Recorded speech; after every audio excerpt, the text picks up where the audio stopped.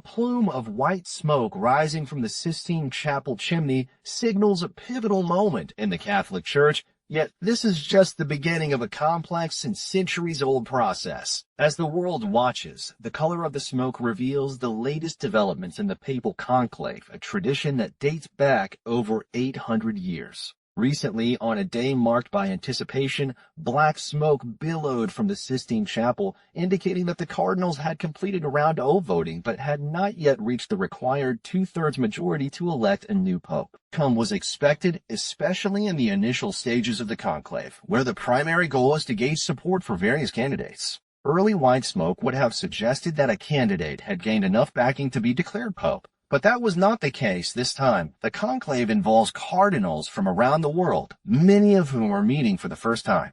Despite this, certain figures are seen as front-runners due to their roles within the Vatican. Cardinal Pietro Parolin, the Vatican Secretary of State, and Cardinal Luis Antonio Tagle, a prominent figure with extensive experience, are widely considered leading contenders. Their familiarity with many of the voting cardinals, thanks to their Vatican roles, positions them as influential figures in the process. Throughout the conclave, support and alliances shift, but tradition and protocol remain unchanged. The cardinals gather inside the Sistine Chapel, which has been the official venue for papal elections since the late 19th century, though it was used sporadically before that. The chapel's atmosphere is solemn, with Michelangelo's Last Judgment overseeing the proceedings, a haunting reminder of divine judgment that echoes Pope John Paul II's words about the chapel fostering awareness of God's presence. The history of the conclave is rich and complex.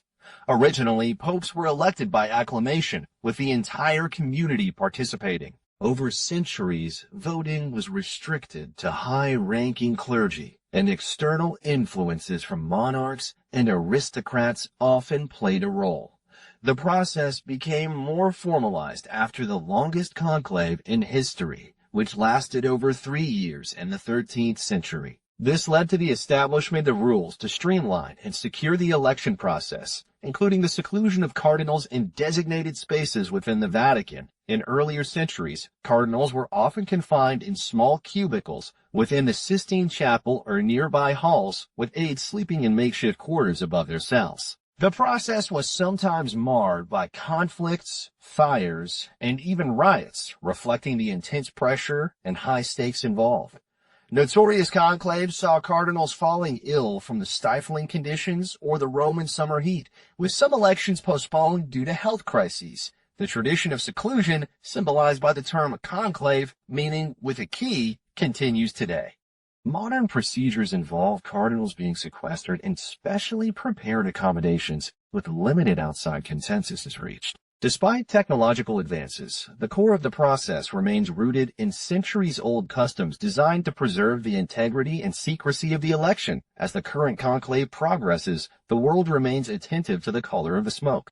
Black signifies ongoing voting, while white indicates that a candidate has achieved the necessary support. The appearance of white smoke marks the culmination of weeks or even months of deliberation, signaling that a new pope has been chosen and that the Catholic Church is about to enter a new chapter. In recent hours, the smoke has turned white, confirming that the cardinals have elected a new leader. The next steps involve the formal announcement and the new pope's first appearance, often accompanied by the traditional unveiling of the papal name. This centuries-old ritual continues to symbolize hope, continuity, and the enduring nature of the papal election process. As the world awaits the official announcement, the significance of the white smoke remains a powerful reminder of the tradition, history, and spiritual gravity behind the selection of the leader of over 1.4 billion Catholics worldwide.